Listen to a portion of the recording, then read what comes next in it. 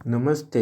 आज आप सुनने वाले हैं धन्य कुमार बिराददार की कहानी वसीयतनामा को संक्षिप्त में।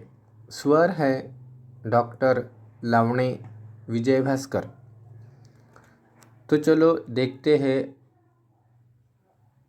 लेखक ने क्या कहा है कहानी में। कहानी के मुख्य नायक वृद्ध वल्लभदास को 3 संतानें थी। बड़ा लड़का रमेश इंजीनियर, उसकी पत्नी श्रावणी बीकॉम तक पढ़ी हुई थी। नागेश गांव में कपड़े का व्यापार संभालता था। एक पुत्री थी, नाम था समीक्षा। कोरोना काल में उनकी पत्नी का देहांत हो गया था। समीक्षा दुकान में बैठती थी, साथ में कारखाने का पूरा ध्यान भी रखती थी। इसी कारण व्यापार में तरक्की हुई थी। उसका विवाह मुंबई के एक बड़े व्यापारी से हुआ था, परंतु उनके गोडाउन में आग लगने के कारण उनका व्यवसाय चौपट हो गया था। रमेश और नागेश को लग रहा था बहन संपत्ति में हक जरूर मांगेगी। इस कारण दोनों ने पिताजी से संपत्ति का विभाजन करने के कारण छल करना शुरू कर दिया। पत्नी कोरोना के कारण इनकी चल बसी थी। पैसे होकर भी वल्लभदास पत्नी को बचा नहीं सके। दोनों बेटे संपत्ति का विभाजन मांग रहे थे। वल्लभदास को लग रहा था आज यह स्थिति है मेरी। अगर मैंने इस संपत्ति का बंटवारा कर दिया तो बाद में इससे बुरे हाल होंगे मेरे। दोनों बेटे ने काम करना छोड़ दिया। आखिरकार 75 साल में उन्होंने कारखाना संभाला। वे दरिया दिल इंसान थे। उन्होंने लॉकडाउन में कारखाना बंद होने के बावजूद भी अपने मजदूरों को रहने के लिए कारखाने में ही जगह दी। यहाँ तक कि मजदूरों के वेतन में कटौती न करते हुए वेतन बढ़ाकर दिया। उन्होंने सोचा इन मजदूरों के भाई बहन गांव में बेरोजगार हुए होंगे, उनको भी वेतन बढ़ाने से सहायता होगी।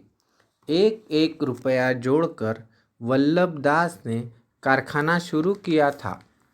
एक दिन वल्लभदास को बुखार आया, खांसी शुरू हुई, शरीर में दर्द महसूस करने लगे। वे मास्क पहनकर घर बैठे रहे।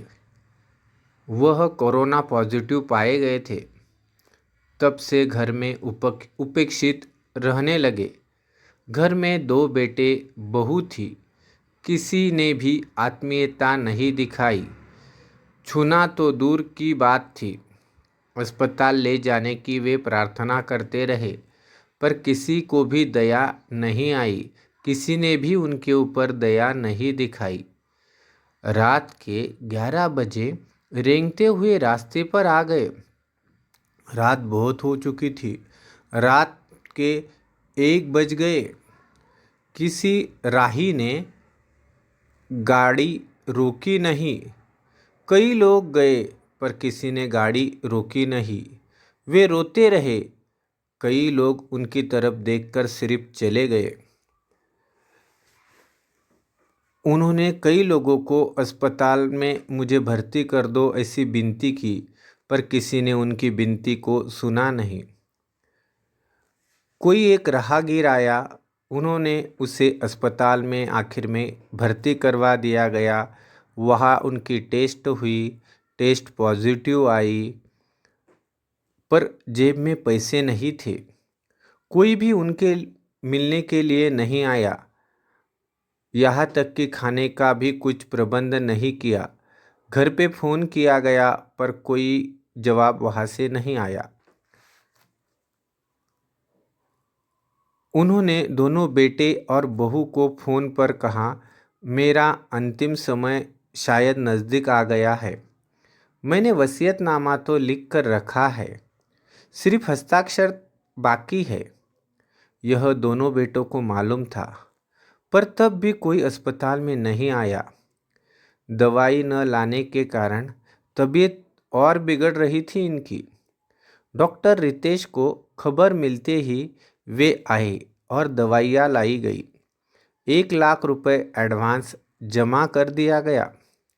वल्लभ दास अच्छे हुए कुछ दिनों के बाद वह रोने लगे। डॉक्टर कुछ समझे नहीं। उन्होंने डॉक्टर रितेश को फ़ोन पर कहा, आपने बताया था कि सारा खर्च रमेश और नागेश ने किया, यानी मेरे बेटों ने किया है। पर तब भी वह अपने घर जाने के लिए तैयार नहीं थे। डॉक्टर रितेश आने के बाद वल्लभ दास को समझाते हैं, आप अपने घर चले जाइए ना। तब वल्लभ दास बोले, आप हमारे लिए डॉक्टर ही नहीं ईश्वर है। 5-10 मिनट मास्क पहनकर काम करना, पीपीई किट पहनकर दिन भर मरीजों की सेवा करना, खाना भी आपको वक्त पर नहीं मिलता, पर मरीज़ को वक्त पर आप गोलियां देते हैं, उनकी बीपी शुगर जांच करते हैं। मेरी दवाइयों का खर्चा तो ज़रूर आप में से किसी ने ही किया है, क्योंकि बेटे देखने तक आए नहीं है। उनकी ज़रूरत वसीयतनामा के साथ पूर्ण हो गई थी। डॉक्टर रितेश के पैरों में वे गिर पड़े। तब रितेश ने बताया, आपका यह बेटा आपके सामने खड़ा है। मेरे पिताजी आपके कारखाने में मजदूर थे। बोरियां गिरने से उनकी मृत्यु हुई। तब मेरी माँ को आपने काम पर रखा। 20 साल हो गए इस बात को। पिता के LIC के पैसे आप घर पर लेके आए थे, जिससे माँ ने 2 कमरे बनाए थे। 7 वर्ष पहले माँ ने मेरी डॉक्टर की पढ़ाई के लिए 50,000 आपसे मांगे थे।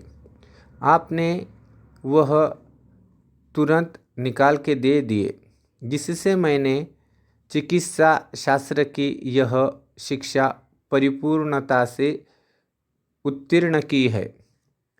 डॉक्टर रितेश ने बताया, मैं हमेशा आपके घर के बाहर से ही गुजरता हूँ। उस दिन मैंने ही आपको अस्पताल में भर्ती करवाया था। वल्लभ दास ने तुरंत 100 रुपये का स्टैम्प पेपर मंगवाया और संपत्ति का चौथा हिस्सा डॉक्टर रितेश के नाम कर दिया और वसीयत पढ़ने को बोला और तुरंत वकील को बुलाया गया। कानूनी संपत्ति में हकदार के रूप में डॉक्टर रितेश का नाम जोड़ दिया गया। डॉक्टर रितेश को यह बात स्वीकार नहीं थी। उन्होंने उनके प्रस्ताव को अस्वीकार कर दिया। तभी अचानक वल्लभ दास को दिल का दौरा पड़ा और उनकी मृत्यु हो गई। कोरोना में लाश घर पर नहीं जाती थी, पर इनकी मृत्यु दिल का दौरा होने से हुई थी। इस कारण घर वाले लाश को ले जाए, इसीलिए डॉक्टर रितेश उनके घर गए। रमेश और नागेश को लगा कोरोना जांच के लिए डॉक्टर आए हैं, इसी कारण डॉक्टर को ही दोनों ने मारना शुरू किया। डॉक्टर रितेश बेहोश होते होते कहने लगे, उनकी वसीयत को आप सच न मानना। उनकी संतुष्टि थी सिर्फ वह, उसे फाड़ देना। आप अस्पताल जाकर अंतिम संस्कार करें। मैंने अस्पताल का बिल भर दिया है, आप सिर्फ अस्पताल चले जाना। और डॉक्टर रितेश ने अंतिम सांस ली। रमेश तथा नागेश वसीयतनामा पढ़ते रहे। निष्कर्ष रूप में हम कह सकते हैं कि इस कहानी में धन्य कुमार बिरादार ने दिखाया है कि कोरोना काल की स्थिति क्या थी। इस काल में अपने ही अपने को पराया समझ रहे थे। कोरोना हो या सामान्य स्थिति, घर के वृद्धों के प्रति यही बर्ताव हो रहा है।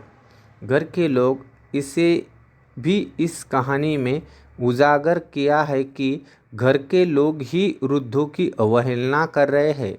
वृद्ध से सिर्फ धन की लालसा रखते हैं, उनकी उपेक्षा करते हैं, उनके साथ छल करके उन्हें घर से बाहर निकाल देते हैं। परिणाम स्वरूप वृद्ध तो अस्पताल या वृद्धाश्रम में ही जीवन समाप्त कर रहे हैं। पर इस देश में डॉक्टर रमेश जैसे भी लोग हैं जो अपनी सहायता करने वाले को कभी नहीं भूलते, पर जिसने सहायता की थी उसे ही वृद्ध के बेटे आखिर में मार डालते हैं। आज के ज़माने में यह परिस्थिति चारों ओर दिखाई देती है। वृद्ध की अवहेलना यह इस देश की सबसे बड़ी समस्या बन रही है। वृद्धों को अपने ही घर में उचित मान सम्मान नहीं मिल रहा है। वह घर में घुटन भरी जिंदगी जीने पर मजबूर हो रहे हैं। इसी कारण इस देश में वृद्धाश्रम की संख्या लगातार बढ़ रही है। पर उन वृद्धों के प्रति कोई भी सामाजिक योगदान देकर इन वृद्धों की समस्या पर आवाज़ नहीं उठाता। इसीलिए लेखक ने इस कहानी में वृद्धों की समस्या को उजागर करने का प्रयास किया है।